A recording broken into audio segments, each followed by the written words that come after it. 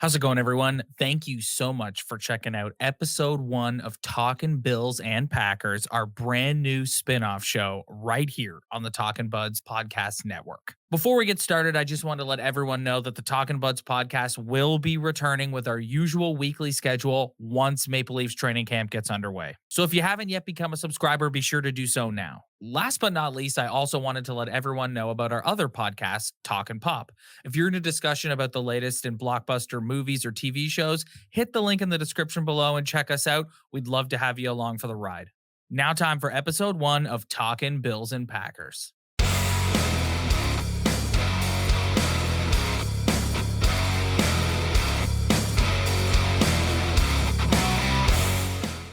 New show name, new show network, sort of a maiden voyage, if you will.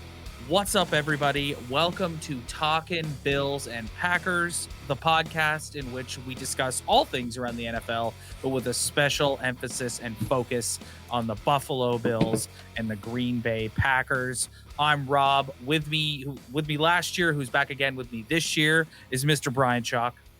How's it going, Rob? How's it going, everybody? Oh, we're on the precipice of another NFL season, my friend. Very exciting stuff. And these mornings around here in Toronto, they've been feeling like football weather. Yeah, there's 13 degrees the other morning. I was like, I could smell the pigskin already. Oh yeah. You know what's funny? I was thinking about doing this show and like getting prepped for it, and it was like, this is the first. If you're gonna look at these two teams specifically, the Bills and the Packers, this is. If you've gone into previous seasons going like, oh, well, the Packers are a Super Bowl contender and the Bills are a roll of the dice. It is the complete opposite this year. Oh, complete. Yeah. Yes, like Devontae Adams for one, he's gone. So that's a whole other crapshoot. But the Bills, like, that's a lot of pressure at number 1 seed. Like, everybody's power rankings, Bills number 1. And it's excessive. It's excessive, but like I feel like Josh Allen is like that's on his mind, and like that's all he's thinking about. Did you see the hype video he just released too? Like This guy is already in beast mode. Because this guy is one of my front runner candidates for MVP this year. But we got lots of time to talk about all that stuff. Let's get into game 1, Thursday night, Bills at Rams to kick off the season. Going into this game, I was like, I love the Bills. I love them in this game. I think the Rams are coming off a championship hangover. And like, not to say the Rams won't be good this year. I absolutely think they will be, and they'll be a playoff team again. But I think, first game out of the gate, I could totally see the Rams just a little too high on themselves or whatever, just partying a little too hard, a little too in the moment, and the Bills taking advantage of that. But all reports out of Rams training camp have been that they are as focused as they've ever been, and they're ready to go back and win their second Super Bowl in a row. So with Sean McVay, like I wouldn't like expect anything less. Like that guy is this little psychopath. Like he just doesn't stop. Yeah, he is. So give me your thoughts. You're our resident Bills Mafia expert. Your thoughts heading into this game? I'm pretty confident. Like I do think the Bills are going to win, but it's not going to be a landslide win. And I think Josh Allen's going to have to do more running than we want to see. That's usually how it goes in the first game of the season. Especially now we got Ken Dorsey calling the offense, so it's going to be a different sort of vibe than the Brian Dable era. But I like Ken Dorsey was a QB coach, so like he's going to want the big air plays, and that's what Josh Allen, that's what he wants to do as well. So I feel like there's going to be some interceptions to start the season, but other than that, I feel like it's going to be good. And also Dawson Knox, I think he's going to have a big game. He's just been going through some things with his family. And so after all that kind of stuff, usually these athletes, they have like massive games. So I could see this being one of those for Dawson Knox. Are we still worried about the Bills' lack of running game, because Josh Allen can run the football, but like lack of established running back? Are we still worried about that this year? Yes, we're extremely worried about that this year still. I'm not going to lie to you. I think Singletary is going to be good, and they also addressed a bit of the offensive line, but it's just last year was horrible on the running game, and I just don't see how much better they can be this year with basically the same core. That's the thing that concerns me about placing them as like the top tier Super Bowl contender is, you look at all the best teams and they're able to establish a running game. You look at like the philosophy of a coach like a Kyle Shanahan, where it's built entirely around running the football. Yeah. And I just worry with they're so reliant on Josh Allen.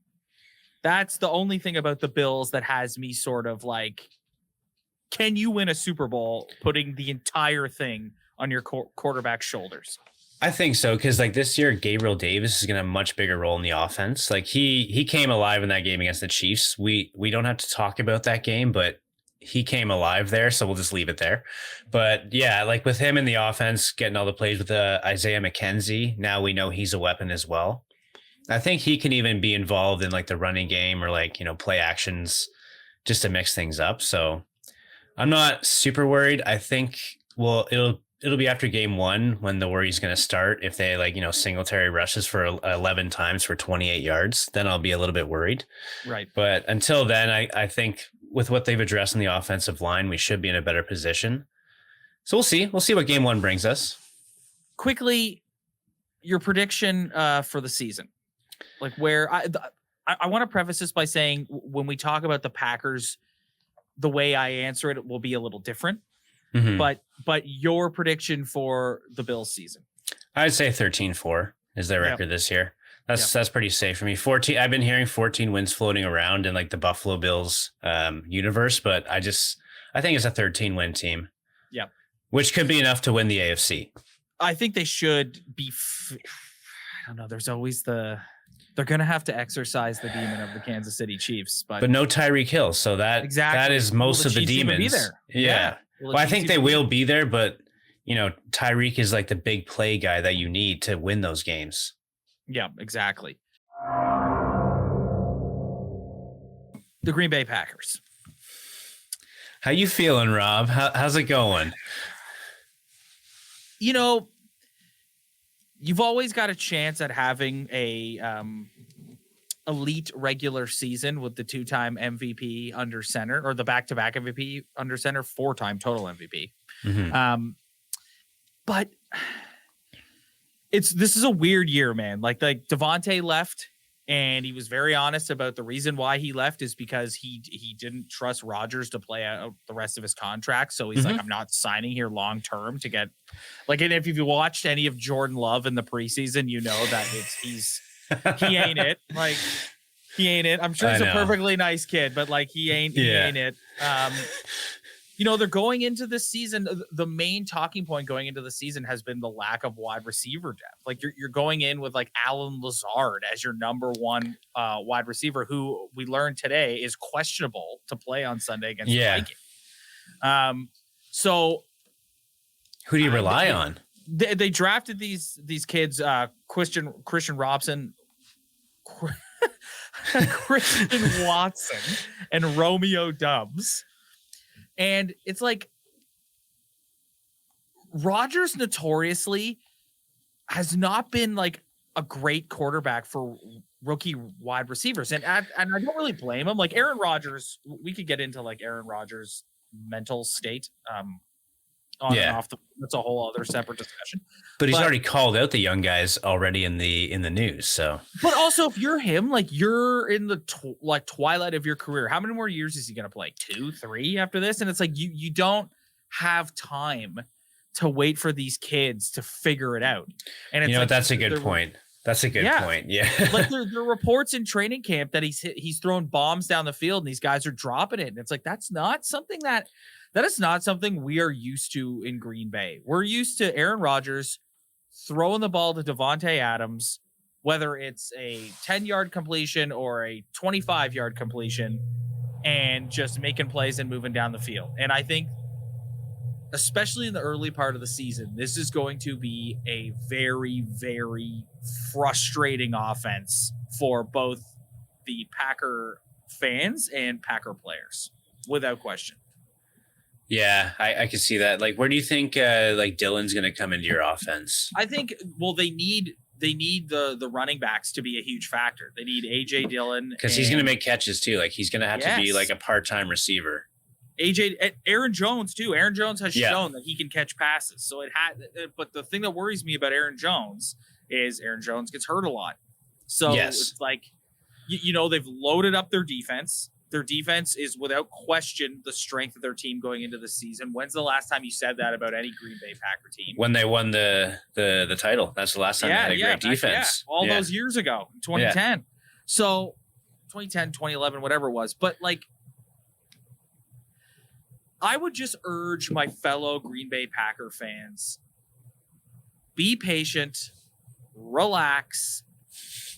Like, it's going to be a frustrating first, 5-6 weeks of the season on offense.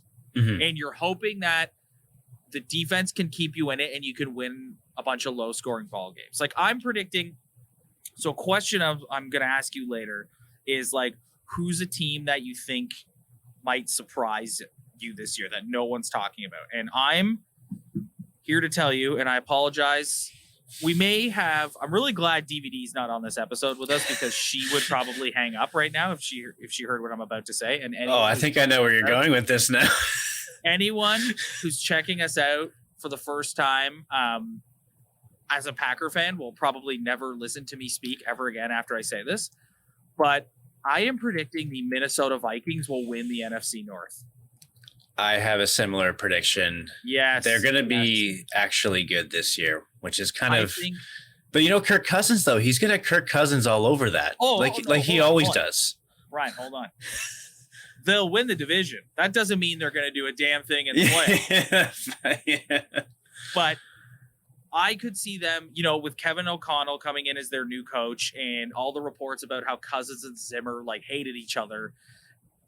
I think their roster... top to bottom is pretty stacked. I think they are the favorite to win the North this year. I think the Packers get in as a wild card team, and I think potentially, hopefully, can go further and do what they always do, which is get to the divisional round or the NFC Championship game and break our hearts. Mm-hmm. But yeah, spoiler. I'm answering the question early. My team that I think is going to surprise everyone this year is the Minnesota Vikings, and I'm predicting them to win the North. Yeah. I can't believe this is what you've come out with on the first episode. I can't believe that. That's why I said I'm glad DVD's not here with us this week because she would have hung up by now. That's like me beefing at the Packers. Not the Packers, the Patriots. That would you're never going to hear me do that. Exactly. All right, your turn. What team are you most intrigued by league-wide heading into the season? Now, I have to eat a bit of crow because this team is also in the AFC East. So it's weird for me to say, just like you had to say for the Minnesota Vikings, but the Miami Dolphins. Oh, yeah. I don't know. I just feel like Tua's going to have a decent year, especially with Tyreek. He can just throw it wherever. Mm-hmm. Even if he's underthrowing it, Tyreek's going to get that ball first. So Yep. And he's the king of 50-50 balls, and half of them get intercepted during a season. So hopefully Tyreek could make that 60-40, 70-30. I think the Dolphins are a team that a lot of people are predicting will, the Bills are going to win that division. Mm-hmm. But I think, the combo of bringing in Mike McDaniel as the head coach and the success he had with the Niners and what in God's name Bill Belichick and the New England Patriots are doing. Their draft was ridiculous. I could see the Dolphins coming second in the East in the AFC and potentially getting it as a wild card. Totally. I have the same prediction, and Jalen Waddle, I think he's going to be really good this year. I drafted him in fantasy just because I have this prediction about him. So mark that down, people. Jalen Waddle, get him on your team. Yeah. Get them down. I think the Dolphins and the Vikings are two really good choices. All right, next question. What is a storyline that you are most intrigued by heading into this season? This one's tough because I want to talk about Russell Wilson's 5-year, $245 million contract with a lot of guarantees, which is crazy. But also the Kyler Murray drama all summer. That was great, man. I just love that. So talk a bit about Kyler, and then you and I can talk a bit more about the AFC West as a whole. Yeah.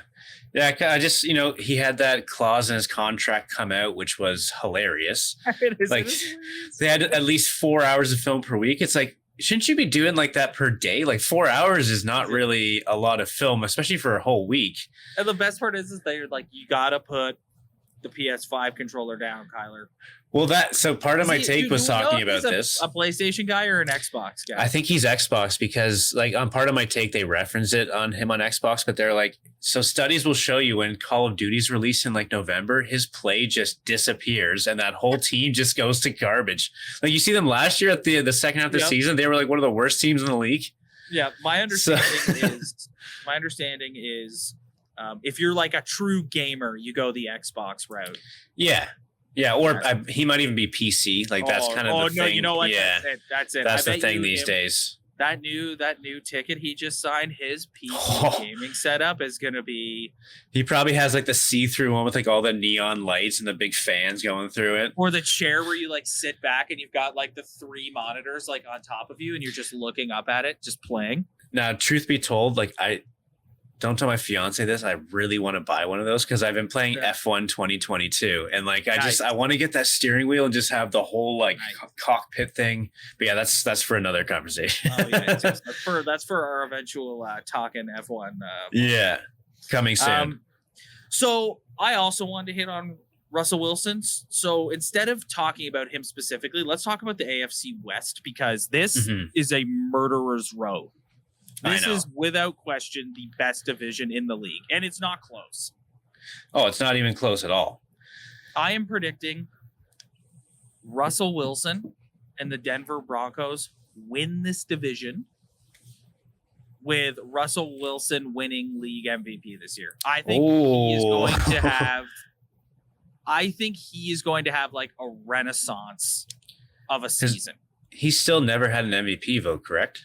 I don't think so. And and I think he's going to have a new lease on life in Denver. He's got Nathaniel Hackett as his head coach, who was the Packers offensive coordinator for the last 2 years, the same 2 years that Aaron Rodgers won back-to-back MVPs. Yep. I really do think this is going to be Russell Wilson. And I think the Chiefs... Do I think the Chiefs are just going to like disappear? No, I'm with you. They'll make the playoffs, but are they going to be the same sort of juggernaut they've been in the last, I don't know, like 4 or 5 seasons? I don't think so. Like I can even see like Kelsey getting a bad injury this year. Like he's going to be used to death in that offense. Yes. Where are you at on Herbert and the Chargers? I think they're good. Like I think they overachieved last year. Like I think Herbert's really good. Like I know they didn't make the playoffs or anything, but like they overachieved. Or yeah, it was Las Vegas that beat them for that. But I think they overachieved a bit the last 2 years, and they're probably going to be around the same team this year. Like not much has changed. Like fighting for a playoff spot. But like there's still that other step to take, and they need more weapons on that team. Yeah. Offensive line there is it's a joke. Like it's 100%. But the Raiders. I think they're going to win the West, the AFC West. Really? You're going to wow. That might be hotter than my Vikings to win the North take. I think it is a little bit hotter, but you know, with Adams on the team, it's like Derek Carr is actually going to have a few people other than Hunter Renfrew to throw to. So like it's going to be, I think their offense will be a little bit different, and they have a new head coach coming in as well. Yeah. So we'll see if that shakes things up. They can just get rid of that Gruden sort of stink that they had in there, and they can just move forward. Last thing before we get out of here, there are some unreal games this weekend to open week 1 in the NFL. The NFL, the schedule makers in the NFL, round of applause. Like they never disappoint. Like Bills Rams, as we talked about earlier, is a fantastic opening Thursday night game. Panthers Browns. Panthers Browns, with Baker. I think Steelers and Bengals is interesting too. I was just going to say that. Yep, I think that's super interesting. You got Packers and Vikings at 4:30 on Fox, and I think that is going to be. I think the Packers are going to get punched in the mouth. Like Chiefs and Cardinals. Cardinals. That's going to be an interesting game too. You got Tom Brady opening for the second straight year, opening the season against the Dallas Cowboys, but this time on the road. Yep. Against. I mean, in Jerry World, and then the Monday nighter. You got Russell Wilson heading to Seattle to take on the Seahawks with the Broncos. And this just shows you why the NFL is king. The NFL dominates everything. Yes. Like you can have a championship. You can have any other sports championship on a Sunday, and more people are going to watch a regular season NFL game. 100% agree with you, man. 100% agree with you.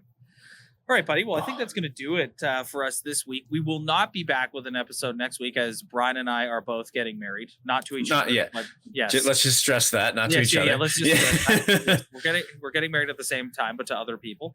Yeah. No, and not in the same place. Not in the same coincidence place. Here. We will be back the following week to talk about, I guess, 2 weeks of NFL action. Alana will be joining us again. Looking very much forward to that. Hit that like and subscribe button below if you haven't already. Like I said, this show is on the Talkin Buds YouTube channel now, part of the Talkin Buds Podcast Network. Super excited about that as well. Keep it locked for all of our other shows. Links in the description to check those out too. We'll see you guys next time.